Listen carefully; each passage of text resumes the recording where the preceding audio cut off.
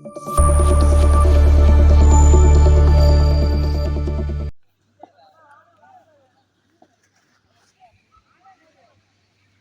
Students, welcome to smart class academy Tamil. இன்றைக்கி வந்து 7ஆம் வகுப்பு பருவம் 2 இயல் 1 தான் பார்க்க போகிறோம். அதாவது 7ஆம் வகுப்பு 4வது இயலை தான் பார்க்க போகிறோம். 4வது இயலோட டாபிக் என்னென்னு பார்த்தீங்கன்னா கலங்கரை விளக்கம். சரிங்களா? கலங்கரை விளக்கம்னா என்ன தெரியுமா? கலங்கரை விளக்கம்னா கலங்கரை லைட் ஹவுஸ்னு சொல்லுவோம் இல்லையா? ஸோ அதுதான் கலங்கரை விளக்கம் அப்படிங்கிறாங்க. இது வந்து கடற்பயணம், கப்பல் அது சம்மந்தமான இயல் தான். சரிங்களா? முதல்ல கடற்பயணம் சென்று கரை திரும்பும் தமிழர் கண்ட தொழில்நுட்பமே கலங்கரை விளக்கம். அதுக்கு ஒரு பாட்டு இருக்குது. இந்த பாட்டு ஃபுல்லாக இருக்கும். நீங்கள் ஜஸ்ட் அதை புக்லேயே இருக்கும், அதை நீங்கள் பார்த்து படிச்சுக்கோங்க. சரிங்களா? வான் ஊன்றிய மதலை போல, இல்லை மதலை என்ற சொல்லின் பொருள் என்ன? லைன் கொடுத்து கேட்கலாம். ஓகேவா? ஏனி சாத்திய ஏற்றிருந்த சென்னி விண்பெற நிவந்த வேயா மாடத்து. சரிங்களா? இவ்வழிகளை இயற்றியவர் யாருன்னா கடியலூர் உருத்திரங்கண்ணனார். சரிங்களா? அடுத்து நூல்வெளி. கடியலூர் உருத்திரங்கண்ணனார் வந்து சங்கப்புலவரில் ஒருவர். இவர் வந்து கடியலூர் என்ற ஊரில் வாழ்ந்ததால் ஒரு கடியலூர் உருத்திரங்கண்ணனார் அப்படின்னு அழைக்கப்படுறாரு. இவர் பட்டுப்பாட்டில் உள்ள பெரும்பானாற்றுப்படை, பட்டினப்பாலை ஆகிய நூல்களை இயற்றியிருக்காரு. அப்போ பெரும்பானாற்றுப்படை, பட்டினப்பாலை என்ற நூல்களை இயற்றியவர் யார் கேட்டால் கடியலூர் உருத்திரங்கண்ணனார் சொல்லலாமா? அடுத்து இவர் வந்து பெருமாள் ஆற்றுப்படைய பாட்டுடைய தலைவனாக தொண்டைமான் அப்படிங்க, தொண்டைகள் இல்லைப்பா, இந்த தப்பாக இருக்குது, சாரிப்பா.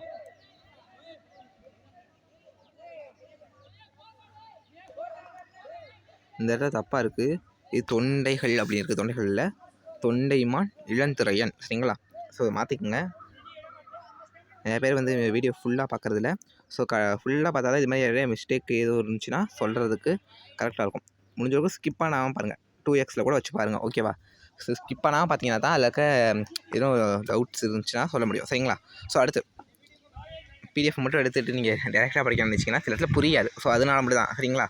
ஓகே. இந்த நூல் வந்து 346 முதல் 351 வரை உள்ள அடிகள் வந்து நமக்கு பாடமாக கொடுத்துருக்கு. சரிங்களா?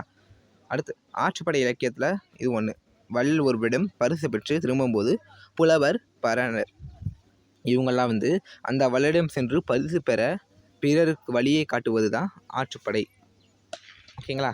10 பாட்டு நூல்கள் என்னென்னா திருமுருக ஆற்றுப்படை, பொருநார் ஆற்றுப்படை, பெரும்பான் ஆற்றுப்படை, சிறுபான் ஆற்றுப்படை, முல்லைப்பாட்டு, மதுரை காஞ்சி, நெடுநெல்வாடி, குறிஞ்சிப்பாட்டு, பட்டினப்பாலை, மலைப்படகடம். மொத்தம் 10 நூல்களை தான் பட்டுப்பாட்டு அப்படிங்கிறாங்க. சரிங்களா?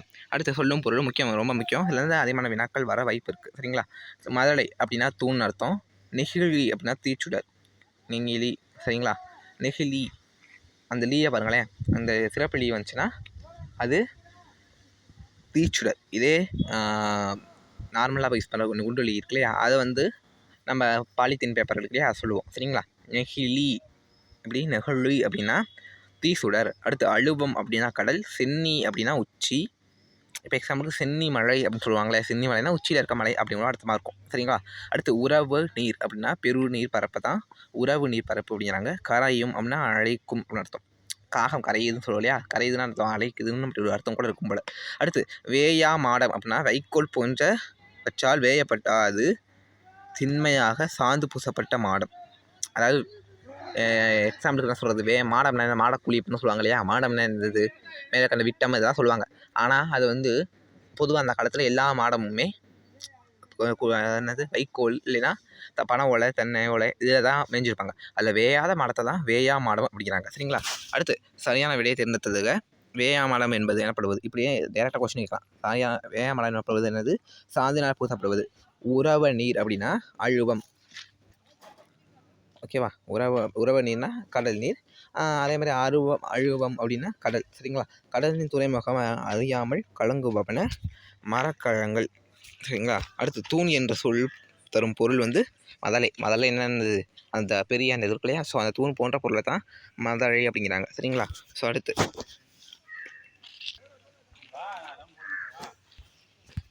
அடுத்து கவின்மிகு கப்பல், அதாவது அச்சம் தரும் கடலில் அஞ்சாது கப்பலோட்டியவர் நம் தமிழர்கள்.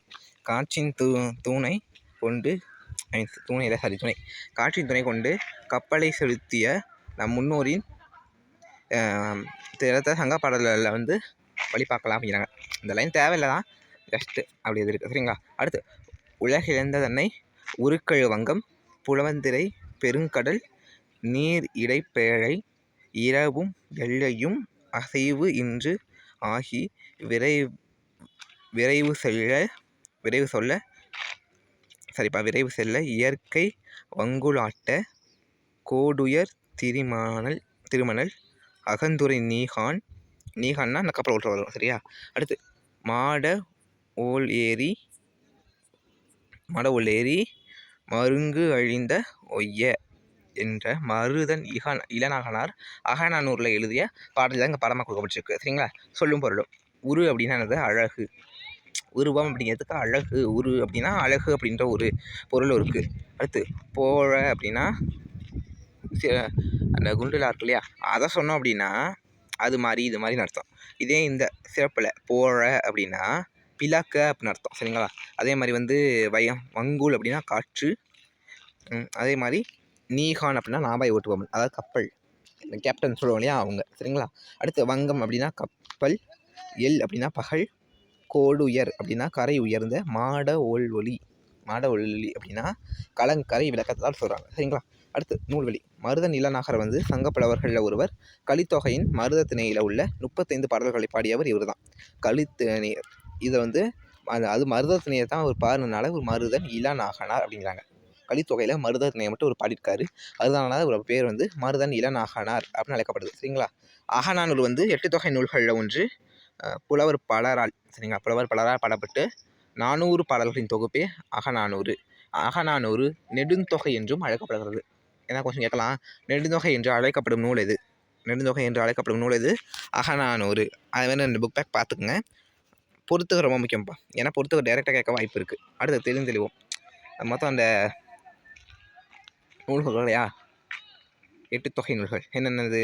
நற்றிணை, குறுந்தொகை, ஐங்குறுநூறு, பதிற்றுப்பட்டு, பரிபாடல், கலித்தொகை, அகநானூறு, புறநானூறு சரிங்களா. இதெல்லாம் 8 தொகை நூல்கள். அடுத்து தமிழன் கப்பற்கலை. கப்பலை பார்ப்பதும் கப்பலின் பயணம் செய்வதும் அல்லாமல் கப்பலை பற்றி படிப்பதும் உள்ளத்திற்கு உவகைத்தரும் சரிங்களா. மழை, அதாவது குழந்தைகளின் நினைவு, காகித கப்பல். தொல்காப்பியத்தில் முன்னீர் வழக்கம் என்று கடற்பயணத்தை குறிப்பிடப்படுகிறது சரிங்களா. இப்போ என்ன கேட்கலாம், முன்னீர் வழக்கம் என்று தொல்காப்பியம் குறிப்பிடுவது எதனை? தொல்காப்பியம் எதனை குறிப்பிடுது? கடல் பயணத்தை குறிப்பிடுது. அது தமிழர் கட்டும் கலையை பற்றி தான் சொல்கிறாங்க சரிங்களா.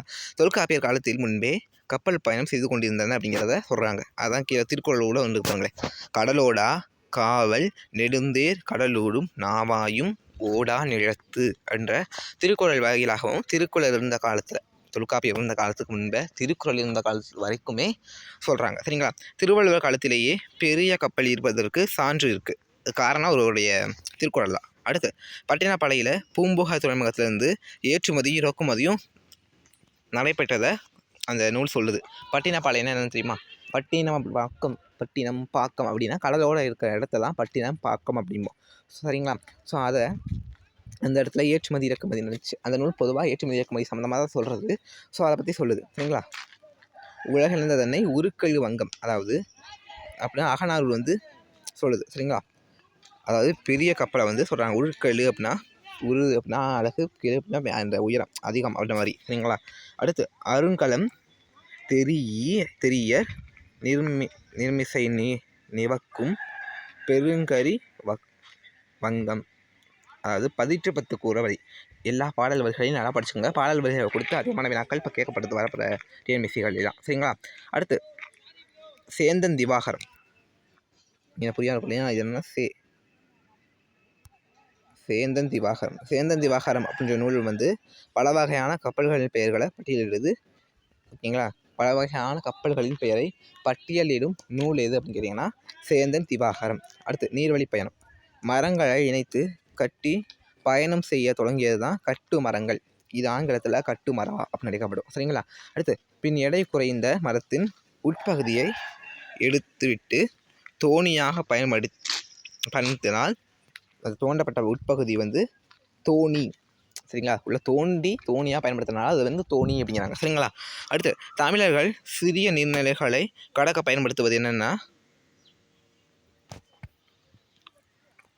கோணி, ஓடம், படகு, புனை, அடுத்து மிதலை, தெப்பம், சரிங்களா. இதெல்லாம் அடுத்து அதாவது வந்து புக் பேக்கில் இருக்குதுன்னு நினைக்கிறேன். சாரி, இப்போ புக் பேக்கில் இதுதான். அடுத்து தமிழர்கள் கடற்பயணங்கள் மேற்கொள்ள பயன்படுத்துவது அதிக அளவில் பெரியது என்னென்னா களம், வங்கம், நாவாய். ஐ மீன் 3க்குமே ஒரே பொருளாக தான் இருக்கும், ஸோ வேறு வேறு பெயர்கள். அடுத்து தெரிந்து தெரிவோம். நியூசிலாண்டில் வெலிங்ஸ்டன் அருங்காட்சியகத்தில் தமிழ்நாட்டு கப்பல் பயன்படுத்தப்பட்ட மணி ஒன்றிற்கு அயல் நாட்டு தமிழர் சென்றதுக்கு சான்று. அதாவது நம்ம தமிழர்கள் வந்து அயல் நாட்டிற்கும் எங்கே நல்லா பாருங்கள், என்ன ஒரு நியூசிலாந்து வரைக்குமே சென்றிருக்காங்க அப்படிங்கிறதுக்கான சான்று தான் இந்த மணி. ராசராச சோழனும் ராசேந்திர சோழனும் பெரிய கப்பற்படை வைத்து பல நாடுகளை வென்றனர் அப்படிங்கிறது வரலாறு கூறுது. சரிங்களா. அடுத்து கப்பலை கட்டும் கலை. கப்பல் கட்டுபவர்களை கம்மியர் அப்படின்னு நினைக்கிறாங்க. கப்பலை கட்டுபவர்கள் யார்? கம்மியர் நினைக்கிறாங்க. சரிங்களா. அடுத்து களஞ்சிய கம்மியர் உருக்கென கூவாய், அதாவது மணிமேகலை கூறும் மலைகளை முன்வைத்து சொல்கிறாங்க. அடுத்து நீர்மட்ட வைப்பிற்கு வேம்பு, இழுப்பை, புன்னை, நாவல் போன்ற மரங்களையும் பக்கங்களுக்கு தேக்கு, வெண்தேக்கு போன்ற மரங்களையும் பயன்படுத்துகிறாங்க. மரத்தின் வெட்டப்பட்ட பகுதி வந்து வெட்டுவாய். சரிங்களா. மரத்தின் வெட்டப்பட்ட பகுதி வெட்டுவாய் அப்படின்னும் கண்ணடை, அதாவது கண்ணடை அப்படின்னா இலைத்த மரத்தின் காணப்படும் உருவத்தை தான் கண்ணடை அப்படின்னும் அழைக்கிறாங்க. சுழி அப்படின்னா சுழி உள்ள மரங்கள், அதாவது மரத்தில் சுழி மாதிரி ஒன்று இருக்கும் தெரியுமா, பார்த்துருப்பீங்கன்னு நினைக்கிறேன். சுழி உள்ள மரங்களை தவிர்த்தாங்க. ஏன்னா தச்சு மூலம் என்னும் வளைவால் காணப்பட்டது. அந்த சுழி உள்ள மரம் வந்து மேபி உடைஞ்சதாக கூட இருக்கலாம். அடுத்து பெரிய படகுகளில் முன்பக்கத்தை வந்து அலங்கரித்து பயன்படுத்தினாங்க. சரிங்களா. அடுத்து கரிமுகா, பரிமுகா, அம்பிகள் அப்படின்லாம் அழைத்தாங்க. கரிமுகா அப்படின்னா கரி அப்படின்னா தெரியுமில்லையா, கரிமுகத்தோன் அப்படின்னா யானை. அதுமாதிரி பரி அப்படின்னா என்னது, குதிரை. அடுத்து அன்னம், அம்பிகள்னால் அன்னம்.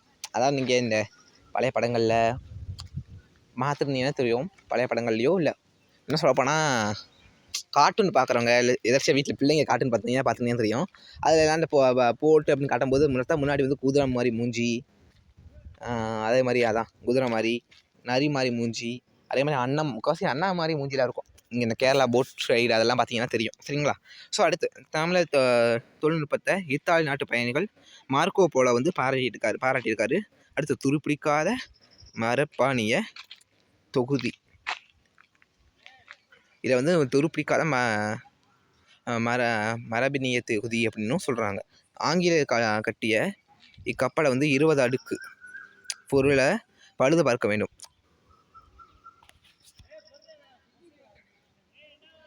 ஒரே நிமிஷம். இது வந்து 20 20க்குன்னு இருக்கு இல்லையா, 20 அக்கில் 20 ஆண்டுக்கு சரியா. ஸோ அந்த நோட்ஸ் மட்டும் கரெக்டாக பார்த்துங்க. 20 ஆண்டுக்கு ஒரு முறை பழுது பார்க்க வேண்டும். அதே மாதிரி தமிழர்கள் கட்டிய அந்த கப்பலை வந்து 50 ஆண்டுக்கு ஒரு முறையும் பழுது பார்க்க வேண்டும். ஸோ ஆக இதற்கு வந்து 50 ஆண்டுகள் ஒரு கப்பல் வந்து அதோடைய வாழ்நாளை பெறும் அப்படிங்கிறத சொல்கிறாங்க. அடுத்து பாய்மர கப்பல். பாய்மர கப்பல் வந்து பெரிய பாய்மரம், சிறுகை கத்தி பாய்மரம், காண பாய்மரம், கோசு பாய்மரம், அடுத்து பாய்மர கயிறுகள். இதை வந்து அஞ்சான் கயிறு, தெம்பாய் கயிறு, வேடங்கயிறு, அடுத்து பிளங்கை கயிறு, மூடங்கயிறு, இளங்கயிறு, கோப்பு கயிறு அப்படின்னு அழைக்கிறாங்க. ஸோ இதை கொடுத்துட்டு இதில் வந்து தவறானது எதுன்னு கேட்குறதுக்கு அதிகமான வாய்ப்புகள் இருக்குது. ஸோ பார்த்துங்க. அடுத்து பாய்க்கயிறு. இது வந்து பழுது ஏற்படும் போது மரப்பிசின் கொண்டும் இதை வந்து இணைச்சிருக்காங்க. இப்போ மாதிரி கம்மு அப்படிலாம் இல்லையா, ஸோ அதனால் இதெல்லாம் யூஸ் பண்ணி இணைச்சிருக்காங்க. அடுத்து கப்பலின் உறுப்புகளை வந்து ஏரா, அதாவது இந்த ஏரா அப்படின்னா என்னென்னா அதோட அடிமரத்தை ஏரான் தான் அழைச்சிருக்காங்க. ஸோ அப்போ அடிமரம் இது கேட்கலாம் இல்லையா, கீழ்கண்பு சொல் அடிமரம் எவ்வாறு அழைக்கப்படுகிறதுனா ஏரா அப்படின்னு அழைக்கப்படுது. அடுத்து பருமலை அப்படின்னா குறுக்கு மரம். கப்பலில் பருமலை என்று அழைக்கப்படுவது எதனைன்னு கேட்டாங்கன்னா குறுக்கு மரம் அப்படி சொல்லலாம். அடுத்து வங்கு, கூப்பு, பாய்மரம், சுக்கான், நங்கூரம், அதே மாதிரி சமுக்கு போன்ற இதெல்லாம் பயன்படுத்தியிருக்காங்க. கப்பல் சமுத்திர நூல் அதன்படி காந்த ஊசி பெட்டியும் பயன்படுத்தியிருக்காங்க. இது வந்து கப்பல் சமுத்திர நூல் அப்படின்னு ஒரு அழைக்கிறாங்க. அடுத்து கப்பல் ஓட்டுபவர் வந்து மாலுமி, மீகான், நீதான், கப்பல் ஓட்டி அப்படின்னும் அழைச்சிருக்காங்க. சரிங்களா. கப்பல் செலுத்தும் முறை வந்து நெளியீடு முன்னீர் நாவாய் ஓட்டி வழி தொழில் ஆண்ட வரவோன் மருக அப்படின்னும் புறப்பாடல்னா இந்த புராணம் ஒன்று அதில் வந்து வெள்ளி கத்திரியர் அப்படிங்கிறவர் சொல்லியிருக்காரு. சரிங்களா? அடுத்து கலங்கரை விளக்கம். இதில் வந்து அந்த பொருள் கொடுத்துருக்காங்க பார்த்துங்க. களம்னா கப்பல், காணுதல்னா அழைத்தல். அடுத்து களம் தந்த பொற்பரிசும் கலிதோணியால் தேரை சேர்த்தனர் அப்படின்னு தமிழர்கள் ஆமை வழித்தலங்களை பயன்படுத்தி சொல்கிறாங்க. சரிங்களா? அடுத்து ஆழ்கடலுக்கு அடியில் இந்த நூலை பார்ப்போம். ஜூல்ஸ் வேன் இவர் வந்து அறிவியல் புனைக்கதைகளின் தலைமகன் அழைக்கப்படுறது. இதை கேட்கலாம் இல்லையா? அறிவியல் புனைக்கதைகளின் தலைமகன் யார் அப்படின்னா ஜூல்ஸ் வேன். இவர் வந்து பிரான்ஸ் நாட்டை சேர்ந்த அறிவியல் கண்டுபிடிப்பதற்கு முன்பே அதை பற்றி தனது புதினங்கள்லாம் எழுதியிருக்கார். புதினங்கள் வந்து 180 நாளில் உலகத்தை சுற்றி அப்படின்னா ஒரு புதினங்கள் வந்து பூமியின் மையத்தை நோக்கி ஒரு பயணம் உள்ளிட்ட பல புதினங்களை படைச்சிருக்காரு. அவரின் ஆழ்கடலுக்கு அடியில் அப்படின்ற புதினம் வந்து தமிழில் மொழிபெயர்க்கப்பட்டிருக்கு. சரிங்களா? இவர் எந்த நூல் வந்து தமிழில் மொழிபெயர்க்கப்பட்டிருக்குன்னு கேட்கலாம். சரிங்களா? இதோட 7ஆம் வகுப்பு இயல் 4 அதாவது 2ஆம் பருவத்தில் முதல் இயல் முடிஞ்சிச்சு. இதற்கான பிடிஎஃப் வந்து டிஸ்கிரிப்ஷனில் ப்ரொவைட் பண்ணிடுறோம். இதில் உங்களுக்கு சந்தேகம் எதுவும் இருந்தால் கமெண்ட்டில் பதிவிடுங்க. நன்றி.